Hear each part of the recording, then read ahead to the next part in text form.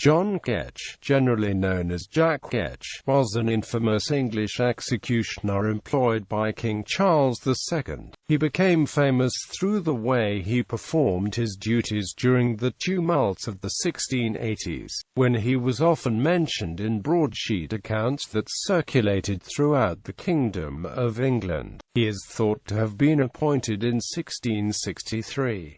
He executed the death sentences against William Russell, Lord Russell, in Lincoln's Inn Fields on the 21st of July 1683, and James Scott, 1st Duke of Monmouth, on the 15th of July 1685, after the Monmouth Rebellion. Ketch's notoriety stems from his barbarity at the execution of Lord Russell, the Duke of Monmouth, and other political offenders. Because of his botched executions, the name Jack Ketch is used as a proverbial name for death, Satan, and executioner. Appointment. Ketch is thought to have taken office in 1663.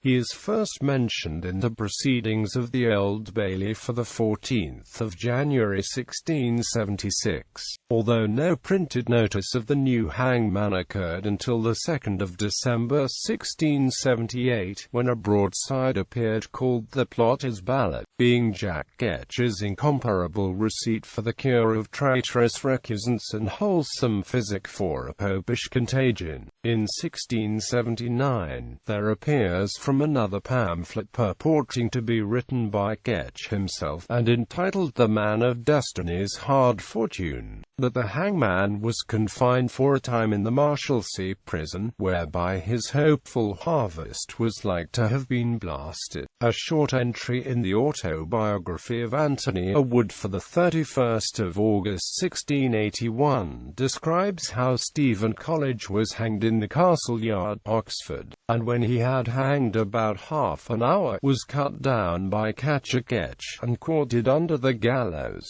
His entrails were burnt in a fire made by the gallows.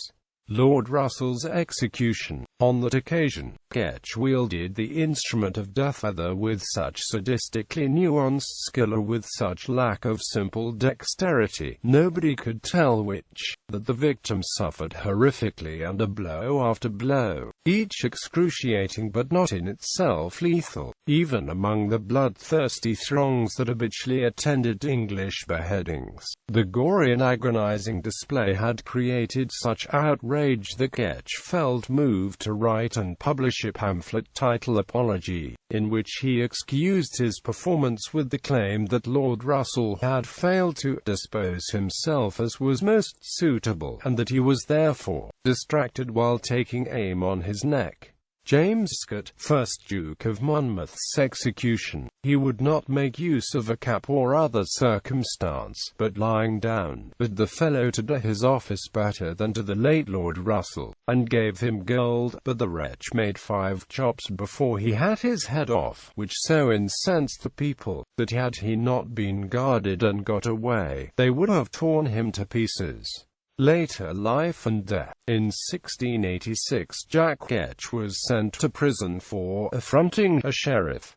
His job was taken by his assistant Pasque Rose, formerly a butcher. Rose was arrested after only 4 months in his office for robbery. In January 1686, Ketch, for affronting the sheriff, was turned out of his place and committed to Bridewell, one Pasha Rose, a butcher, taking his place. But on the 28th of May following, Rose himself was hanged at Tyburn and Ketch was reinstated.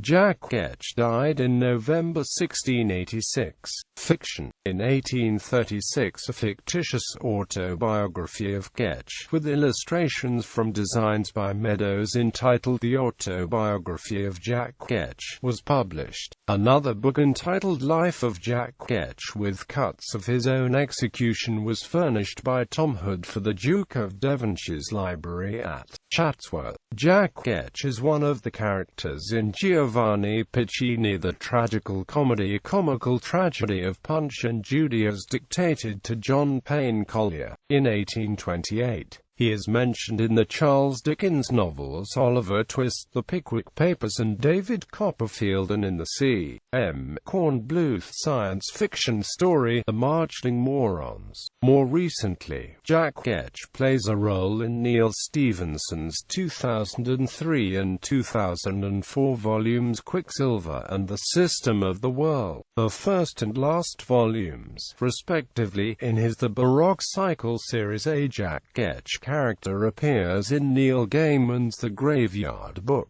His name is also used frequently in Neil Ash's series of Polity Universe science fiction novels. Ketch's name is, for somewhat inscrutable reasons, taken by a ship-based AI. The name Jack Ketch, referring to whomever was the hangman of the day, also appears in the children's book series The Gideon Trilogy, written by Linda Buckley Archer. He also makes an appearance in the Fable series of comic books. In the series Batman Incorporated, a masked executioner works for Talia al Ghul under the name of Jack Ketch. The name Jack Ketch is also adopted in by the main character in Ben Aronovich's Rivers of London in reference to the Puccini play. Jack Ketch is also referenced in Herman Melville's The Confidence Man. In Chapter 30, opening with a poetical eulogy of the press and continuing with talk inspired by the same, Charles says, "Thrown out of employment, what could Jack Ketch turn his hand to? Butchering." The character of Jack Ketch is included in the L. Ron Hubbard novella Fear as an ominous spectre encountered multiple times by the protagonist James Lowry. Jack Ketch was twice used as a fictional radio drama on the CBS series Suspense, which aired from 1942 to 1962 and had a short run on live television in the early 50s.